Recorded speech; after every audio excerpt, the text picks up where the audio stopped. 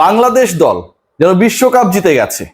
বাংলাদেশ দল বিশ্বকাপ না জিতলেও আমাদের উন্মাদনা, রোমাঞ্চ, অপেক্ষা, শিহরণ, টেনশন এমন একটা পর্যায়ে ছিল গত প্রায় 4 ঘন্টা ধরে, অথবা গত দুদিন থেকে, যে বাংলাদেশ দল অন্তত এশিয়া কাপের ফাইনালে উঠে গেছে।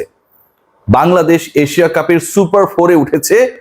যেই ম্যাচে মুখোমুখি হয়েছিল শ্রীলঙ্কা আফগানিস্তান, যেই ম্যাচে বাংলাদেশ মাঠে নামে নাই, সেই ম্যাচ নিয়ে, সেই ম্যাচের প্রত্যেকটা স্ট্যাট নিয়ে, মুহূর্ত নিয়ে, সেই ম্যাচের অ্যাকশনস নিয়ে বাঙালি, বাংলাদেশি, যারা প্রবাসী, যারা মাঠে গিয়ে খেলা দেখেছেন, যারা টেলিভিশনে দেখেছেন, যারা টপিতে দেখেছেন, সবার যে পরিমাণ উত্তেজনা ছিল, উন্মাদনা ছিল, এবং শুধুমাত্র তারা না, ধারাভাষ্য কক্ষ থেকেও বলা হচ্ছিল বারবার, যখন 20 বলে প্রয়োজন শ্রীলঙ্কার 27 রান, 169 চেস করার জন্য, যে কলম্বোতে শুধুমাত্র এই মুহূর্তে উদযাপিত হচ্ছে শ্রীলঙ্কার জয়, তা না, এই জয় উদযাপনের জন্য প্রস্তুত ঢাকা, সিলেট, চট্টগ্রাম। তখন ঠিক এই ম্যাচকে কেন্দ্র করে শুধু বাংলাদেশ না, আরব আমিরাতে, আবুধাবিতে, এশিয়া কাপে সবাই কতটুকু আসলে ইন্টারেস্টেড ছিল, বাংলাদেশ যেতে পারবে কি পারবে না, এই উন্মাদনা, এই টেনশন কতটা ছড়িয়ে পড়েছিল পুরো বিশ্বে, সে ব্যাপারটা পরিষ্কার হয়ে যায়। শেষ পর্যন্ত বাংলাদেশ পেরেছে। আমাদের দোয়া কবুল হয়েছে, আফগানিস্তান ফিরে গেছে কাবুলে। দোয়া কবুল, আফগান গেল কাবুল। বাংলাদেশ দল এই যে টপ 4-এ উঠলো, এই ওঠার পেছনে সবচেয়ে বড় ইস্যু যেটা হয়ে দাঁড়িয়েছিল, একদিকে রান রেট ম্যাচ শুরুর আগে, আর ম্যাচ শুরুর পরে মোহাম্মদ নবী।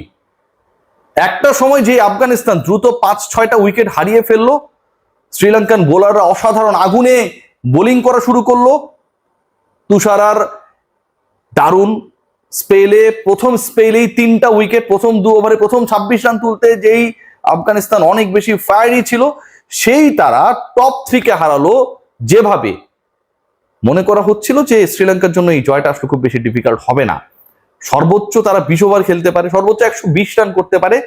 18 ওভারে যখন আফগানদের স্কোর ঠিক 120, তখনও মনে করা হচ্ছিল যে আর 15-20টা রান অ্যাড হলে হতেও পারে, শ্রীলঙ্কার জন্য লক্ষ্যটা দাঁড়াবে হয়তো জয়ের জন্য 140, 42, 45 রান, ডেফিনেটলি বিলো 150। সেই আফগানিস্তান, আমি যে বললাম যে ম্যাচের আগে মুহূর্তগুলো ছিল অনেকটা স্ট্যাট কেন্দ্রিক, রান রেট কেন্দ্রিক টেনশন ছিল, আর ম্যাচ শুরু হবার পরে মোহাম্মদ নবী, ওই মোহাম্মদ নবীর ক্যামিওটা শুরু হলো ঠিক তখন থেকে। 18তম ওভারে 120, 20 ওভার শেষে Afghanistan they have posted 169। 169 run যখন আপনি পোস্ট করবেন, এরকম একটা সিনারিওতে, যখন পাওয়ার প্লেতে আপনি ঢুকেছেন, 50 রানের আগে আপনার যখন 6টা উইকেট চলে গেছে, যখন শ্রীলঙ্কান বোলার আপনাকে চেপে ধরেছে, যখন 18 ওভার শেষেও আপনার স্কোর 120, ঠিক তখন আসলে কোনো স্বপ্ন থাকে না, যখন মোহাম্মদ নবী 6 বলের মধ্যে বলা লাগে, তার 6 বলের মধ্যে শেষ ওভারটা তিনি যখন করছিলেন, 5টা ছক্কা মারলেন। এক একটা ছক্কা এক এক দিকে, এক একটা ছক্কার দূরত্ব এক এক রকম, এক একটা ছক্কা যেন এক একটা বুলেট হিসেবে বিদ্ধ হচ্ছিল প্রত্যেকটা বাঙালির, যারা খেলা দেখেছেন টিভিতে, কিংবা যারা মাঠে গিয়ে শ্রীলঙ্কাকে, বাঘেরা যারা সিংহকে সাপোর্ট করার জন্য গিয়েছিলেন।